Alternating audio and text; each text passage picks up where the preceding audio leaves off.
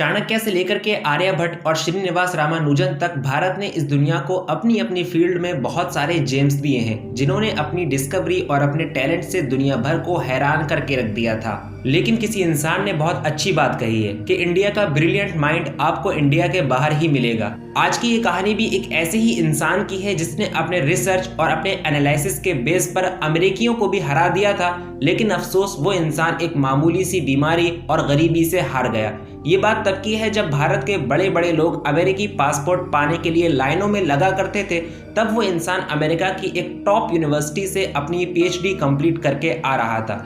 दुनिया भर की सबसे ज्यादा मानी जानी स्पेस ऑर्गेनाइजेशन यानी कि नासा ने भी उसे अपने यहाँ काम करने की रिक्वेस्ट दी। और बात सिर्फ यहीं पर खत्म नहीं होती, बल्कि उस इंसान ने ह्यूमन हिस्ट्री के सबसे ज्यादा ब्रिलियंट साइंटिस्ट यानी कि अल्बर्ट आइंस्टीन की थ्योरी को भी चैलेंज कर दिया था और कहा था मैं इसे गलत साबित कर सकता हूँ। जी हाँ, आप लोग ये बातें सुनकर हैरान हो रहे होंगे कि ऐसा कौन सा भारतीय है जिसने इतने ज्यादा कारनामे अंजाम दिए हैं। तो वीडियो शुरू करते हैं और जानते हैं उस बदनसीब साइंटिस्ट के बारे में जिसको वो रिकॉग्निशन, वो प्यार और वो रिस्पेक्ट नहीं मिली जिसका वो हकदार था।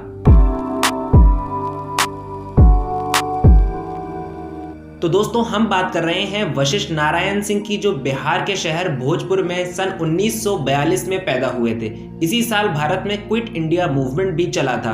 दोस्तों, उन्होंने अपनी प्राइमरी और सेकेंडरी एजुकेशन बिहार में ही बिहार साइंस कॉलेज से कंप्लीट की थी और उसके बाद उन्होंने मैथमेटिक्स में अपना बीएससी पटना यूनिवर्सिटी से किया था। वशिष्ठ नारायण सिंह की जिंदगी नॉर्मल चल रही थी, तभी बीएससी के दौरान उनकी पटना यूनिवर्सिटी में अमेरिकी प्रोफेसर जॉन कैली से मुलाकात हो जाती है। जॉन कैली एक कॉन्फ्रेंस में थे जहां पर वशिष्ठ नारायण सिंह भी एक ऑडियंस की हैसियत से बैठे हुए थे। जॉन कैली ने उस कॉन्फ्रेंस में 6 सवाल किए जिनका वहां पर बैठा कोई भी प्रोफेसर या स्टूडेंट जवाब नहीं दे पाया, लेकिन बीएससी के एक छात्र वशिष्ठ नारायण सिंह ने उन सवालों के फौरन जवाब दे दिए, जिससे जॉन कैली बहुत ज्यादा इंप्रेस हुए और उन्होंने वशिष्ठ नारायण सिंह को अमेरिका आने का और अपनी स्टडी कंप्लीट करने का प्रपोजल दे दिया। वशिष्ठ नारायण सिंह ने अमेरिका जाने का उनका ये प्रपोजल एक्सेप्ट कर लिया और कुछ ही दिनों के बाद वो अमेरिका चले गए, जहां से उन्होंने यूनिवर्सिटी ऑफ कैलिफोर्निया में अपनी पीएचडी की डिग्री कंप्लीट की, वो भी प्रोफेसर जॉन एल केली के सुपरविजन में, जो कि अमेरिका के एक माने जाने मैथमेटिशियन थे। दोस्तों, कहा जाता है कि वशिष्ठ नारायण सिंह के नॉन अमेरिकन होने की वजह से यूनिवर्सिटी में उनसे काफी ज्यादा भेदभाव किया गया, यहाँ तक कि उनके रिसर्च पेपर को दूसरों के नाम से छपवाया गया। और ये भी बताया जाता है कि 1969 में जब उन्होंने अपनी पीएचडी की डिग्री कंप्लीट की थी, तो उसी दौरान उन्होंने अल्बर्ट आइंस्टीन की थ्योरी ऑफ इक्वेशन को भी गलत साबित करने का बेड़ा उठाया था और उस थ्योरी को रॉन्ग बताकर चैलेंज किया था।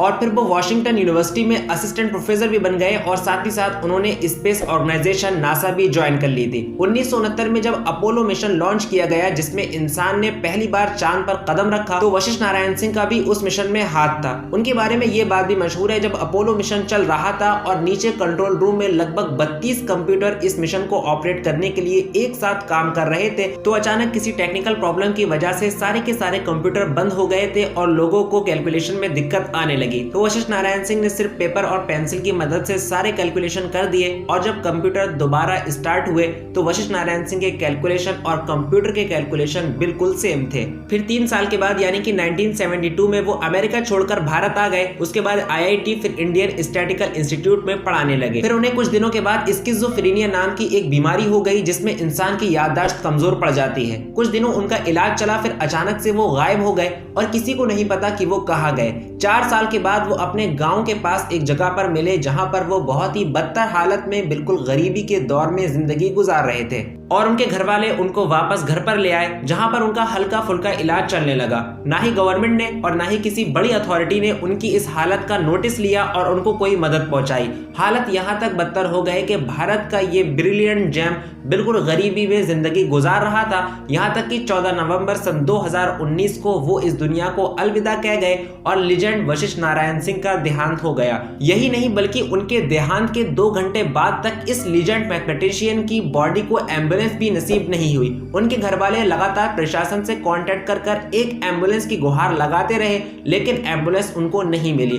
फिर जब उनकी डेड बॉडी के फोटोज और वीडियोस मीडिया में वायरल हुए, फिर सरकार ने इस पर एक्शन लिया और उनकी बॉडी को एम्बुलेंस प्रोवाइड कराई गई। दोस्तों, इससे हम और आप ये अंदाजा लगा सकते हैं कि इंडिया का टैलेंट आखिर इंडिया में हमें क्यों नहीं मिलता है और इंडिया के टैलेंटेड माइंड इंडिया में क्यों नहीं टिक पाते हैं। साथ ही साथ इस बात का भी अंदाजा लगाया जा सकता है कि वशिष्ठ नारायण सिंह जैसा आदमी जो अल्बर्ट आइंस्टीन की थ्योरी को भी चैलेंज कर रहा है, अगर उसको गवर्नमेंट की तरफ से राइट रिकॉग्निशन और रिस्पेक्ट मिलती तो ये इंसान इंडिया को मैथमेटिक्स की क्षेत्र में बहुत आगे लेकर जाता। चलिए अब इस वीडियो को यहीं खत्म करते हैं, इस उम्मीद के साथ कि वीडियो आपको पसंद आई होगी। आप वशिष्ठ नारायण सिंह के बारे में क्या कहते हैं हमें कमेंट सेक्शन में जरूर बताएं। फिर मिलते हैं अगली वीडियो में, जब तक के लिए अलविदा।